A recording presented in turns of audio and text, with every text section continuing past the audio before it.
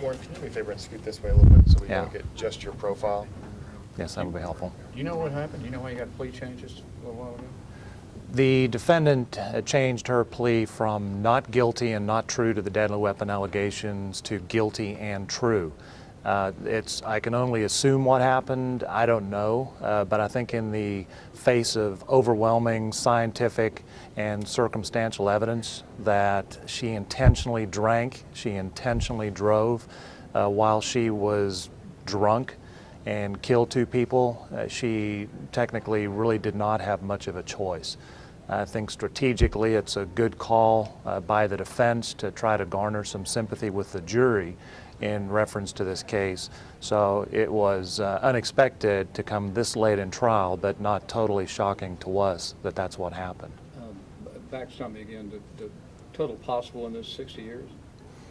The combined sentences are possible for up to 60 years. She could receive a minimum of 2 years probation, but if she receives the maximum sentence and the judge stacks the sentences, she could be facing 60 years in prison for this offense. What are you going to suggest? Or Actually, let me rephrase that. Sorry, go ahead.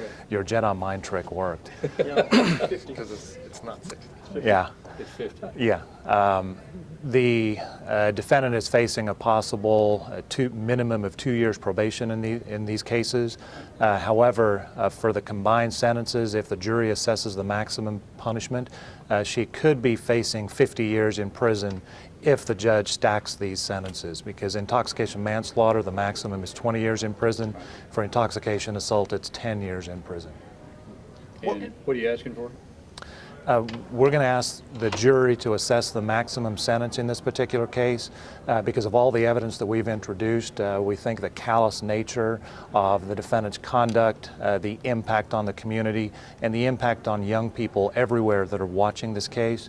We're going to ask the jury to send a strong message to the law-abiding community, but also to the potential offending community that drinking and driving has serious and tragic consequences. This isn't, nothing of this was negotiated in any way. This is as much a surprise to you as everybody else. This is as much of a surprise to us as it is to anybody else.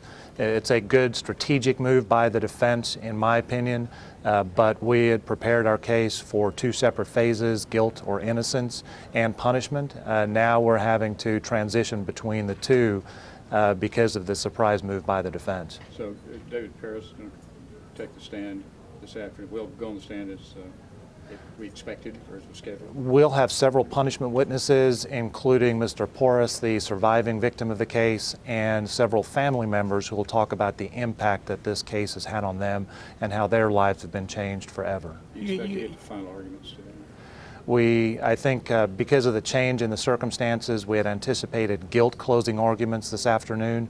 It's possible that we will have punishment closing arguments later on this afternoon, but I'm not as certain as that now because we've still got several witnesses to put on, including Facebook posts and text messages that indicate the true nature of the defendant. 2 days ago, you had a witness testify on behalf of the state, and she alleged some things with the jury sequestered. Is that information going to be presented as part of the punishment phase? There will be additional evidence presented today, not only as it relates to this crime, but as it relates to other conduct that we've discovered that the defendant engaged in. We also want to give the victims a chance to, or the victims' families, a chance to get up there and just talk about how their lives have been so traumatically changed as a result of the defendant deciding to have a few drinks. And what is that other conduct that the social media posts will show?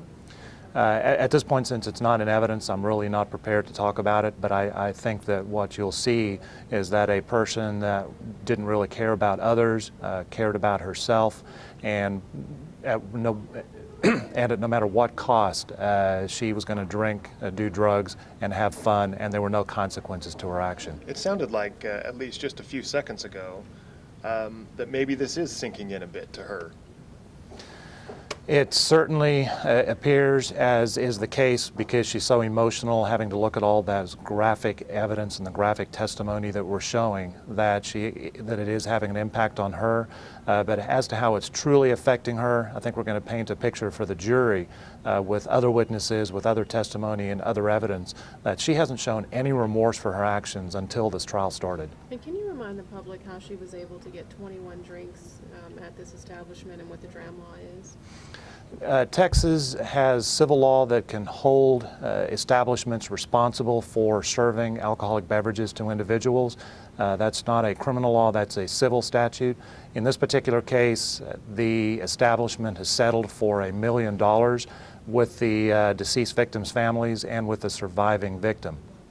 There are also potential criminal conduct that can be investigated by the Texas Alcoholic Beverage Commission for serving alcoholic beverages to intoxicated individuals, and that is an ongoing process. We continue to look into those cases in Montgomery County, even cases that are pending arising out of this conduct.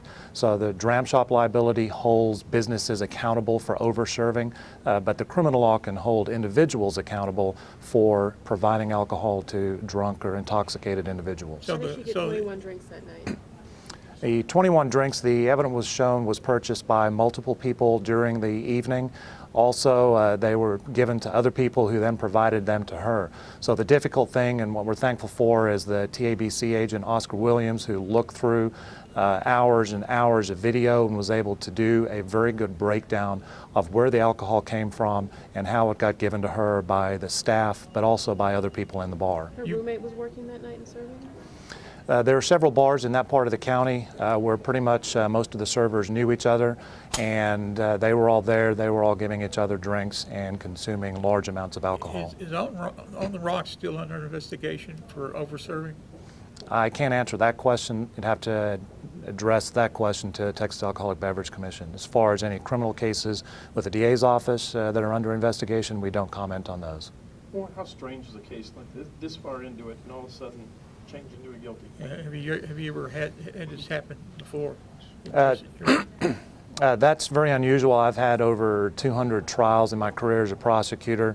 Something like this has happened to me once, and the judge was commenting to both of the attorneys back in his chambers that he's been a prosecutor and a judge for close to 20 years now, and this is the first time he's seen it happen.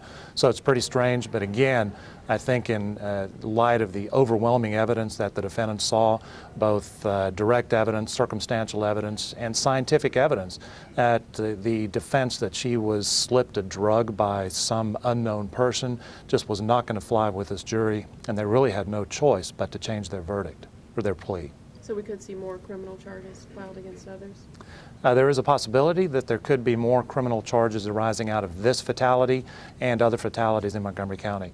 What we like to emphasize is that this was the first case from summer last year that was a shock to everybody in Montgomery County and Southeast Texas, that bars would put people on the street at this level of intoxication. You heard today that scientific evidence showed that she was roughly a .30 at the time of the fatal crash.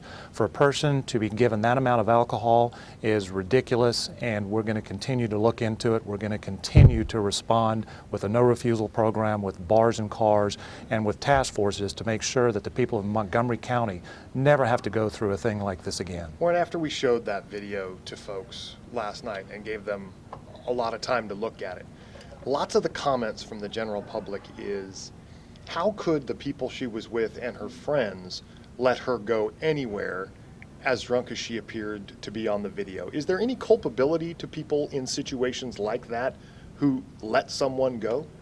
Unfortunately, there isn't. Neither the civil law nor the criminal law impose a duty on anybody basically to prevent somebody from driving. People only get in trouble when they facilitate a person's commission of a crime.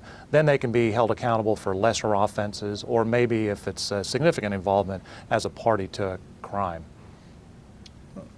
There were a number of people that served her drinks